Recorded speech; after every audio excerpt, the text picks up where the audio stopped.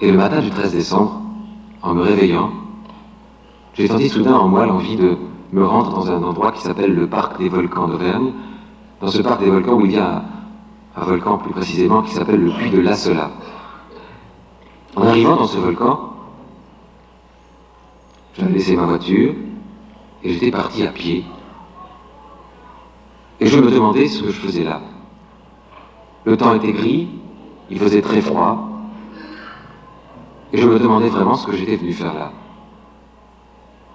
Lorsque soudain j'ai vu dans le ciel, environ à une centaine de mètres de moi, une lumière clignotante. Une lumière blanche, très violente, ressemblant à un flash d'appareil photo. J'ai d'abord cru que c'était un avion ou un hélicoptère, mais n'entendant pas le moindre bruit, j'étais très surpris de cette lumière. Mais je disais, on va voir ce que ça peut être, je me demande vraiment ce que ça peut être. Donc, je vois cette lumière très, très violente, vraiment comme un flash d'appareil photo, et je me dis, c'est un avion, mais un avion fait du bruit. Or, il n'y avait pas le moindre bruit. Et au-dessus de cette lumière blanche, il y avait une lumière rouge, beaucoup plus douce, celle-là, clignotante également. Et ces deux lumières descendaient ensemble. Alors j'ai passé en vue toutes les possibilités. Je me suis dit, c'est un avion, un avion, ça fait du bruit, donc c'est pas un avion. Un ballon, mais j'ai jamais vu de ballon avec des lumières clignotantes. Peut-être que ça existe. Et puis ces deux lumières sont descendues dans le brouillard. J'ai fini par voir une espèce de masse métallique entre les deux lumières, ressemblant à une cloche, et une cloche très aplatie, dont le dessous serait plein et bombé. Et plus ça se rapprochait, plus ça descendait, environ une trentaine de mètres de moi, plus je pouvais voir l'aspect brillant, argenté de l'engin. Et là, j'ai vraiment compris que c'était un engin. Parce que c'était vraiment comme du métal, comme une masse métallique, très brillante, très argentée. Et ça s'est immobilisé environ à une trentaine de mètres de moi, 2 mètres au-dessus du sol. Ça avait à peu près 7 mètres de diamètre et 3,50 mètres de haut environ. Je dois dire que à ce moment-là, je me suis dit, ça y est, tu es en train d'assister aux évolutions d'un de ces engins dont on parle dans les journaux, auxquels je ne m'intéressais pas du tout. Et j'étais follement heureux, je dis, c'est fantastique, tu es en train de voir ça, tu vas revenir en ville, tu vas parler à tes confrères journalistes, ils vont tous s'amuser, personne ne va te croire, mais tu auras pourtant bel et bien vu une de ces choses dont on parle quelquefois. Et puis, cette joie immense, parce que on se dit ça va disparaître, ça apparaît, ça va faire 3 petits tours, ça va repartir. Cette joie immense, ça fait place soudain à une crainte, à une espèce d'angoisse, lorsque sous l'engin j'ai vu une trappe s'ouvrir. Parce qu'on est plus ou moins inconsciemment intoxiqué par les mauvais feuilletons et les mauvaises séries américaines qu'on voit à la télévision, dont on est gavé en France, et je pense ici aussi, et qui font toujours passer les êtres venus d'ailleurs pour des êtres monstrueux, agressifs, etc., etc. Donc, il y avait une forme d'angoisse, de crainte. Inconsciemment, on se demande qu'est-ce qui va sortir. Et puis quand on voit 2 pieds, puis 2 jambes, et puis un corps apparemment humain, apparemment enfantin, je dirais même. Quand on voit un être sortir, très petit, environ 1,40 m, qui n'a rien dans les mains, qui n'a pas d'arme ou de quelque chose qui puisse faire penser à une arme sur lui, alors on commence à être un peu plus tranquille. On s'aperçoit qu'il ne sort pas un monstre à 3 têtes, crachant des flammes, ou qu'il ne sort pas un rayon de la mort ou quelque chose comme ça, comme on le voit toujours dans ces mauvais films. Et ça va beaucoup mieux. Et puis cet être avance. Il vient vers moi. Il est très petit, 1,40 m, je vous ai dit environ, et il est vêtu d'une combinaison verte très belle, d'un vert rappelant un peu le vieux cuir. La chose la plus surprenante, c'est qu'on ne voit pas d'attache, on ne voit pas de fermeture, pas de boutonnage, pas de fermeture éclair, je ne peux toujours pas donner d'explication quant à la manière dont on peut enfiler un tel vêtement. Mais certainement qu'à l'avenir, on trouvera des explications.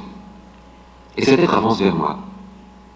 Il est entièrement revêtu par cette espèce de combinaison verte, mais sa peau, elle, est blanche, bien que légèrement olivâtre. Il a les cheveux longs et très soyeux, les cheveux raides, très noirs. Il a une petite barbe très fine, un peu asiatique, très noire également, et très soyeuse. Et surtout de grands yeux. Ce qui frappe le plus, ce sont les yeux. De grands yeux très en amande, très étirés sur les tempes, allant très très loin sur les tempes. Il n'y a pas d'humain sur terre ayant des yeux aussi étirés sur les tempes, aussi en amande. On me demande toujours, est-ce que le visage était beau?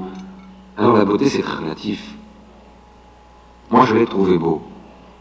Qu'est-ce que la beauté? Je pense qu'une araignée femelle doit être trouvée très désirable par une araignée mâle, et nous, on n'aime pas les araignées. Donc c'est toujours très relatif. Sur le plan de l'esthétisme pur, j'ai trouvé ça harmonieux.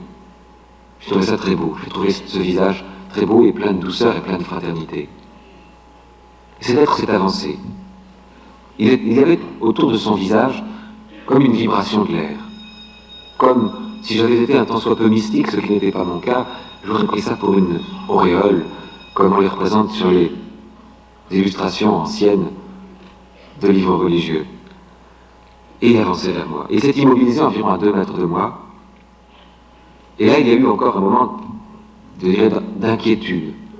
D'inquiétude parce que je me suis demandé ce que j'allais faire. J'ai essayé de me fondre avec le paysage, composé d'arbres un peu rabougris, de petits arbustes, une végétation assez rare.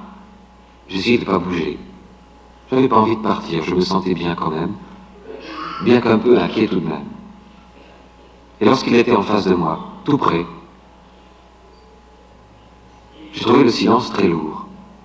Alors je me suis hasardé à poser une question, en me demandant si ça a été utile ou si cela n'était pas déplacé, mais il fallait faire quelque chose. Je sentais ce silence tellement pesant.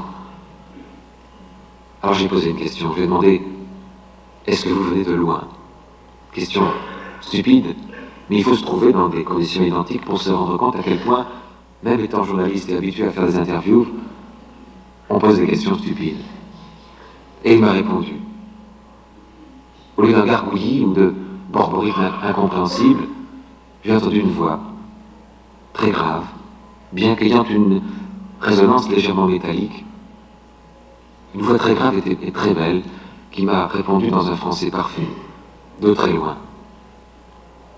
Et là, toute angoisse, toute crainte a subitement disparu. Parce que quand on se trouve en face d'un être, quel qu'il soit, de qui on peut être compris et qui vous comprend, ça vous est certainement arrivé dans des pays étrangers, alors on se sent bien. C'est toujours l'histoire des 2 habitants d'une petite province qui se retrouvent dans la capitale et qui disent « Ah, vous êtes de tel endroit, moi aussi, ça va mieux. » Parce qu'on se comprend. Et puis si on vient de Paris qu'on trouve à Montréal, on dit « Ah, vous êtes parisien ?» et ça va mieux. Et on peut imaginer que bientôt, sur une autre planète, les gens diront « Ah, vous êtes de la Terre? Moi aussi, et ça ira mieux. » Quelle que soit la couleur de la peau, quelle que soit l'origine et la religion. Lorsqu'on se comprend, lorsqu'on peut se parler, tout va mieux. Alors j'ai demandé, mais vous venez souvent ici? Et il m'a répondu, très souvent, avec un petit sourire assez amusé. Alors j'ai demandé, mais qu'est-ce que vous venez faire ici? Il me dit, vous voir. Je dis, me voir moi? Ça me semblait tellement énorme, tellement impossible.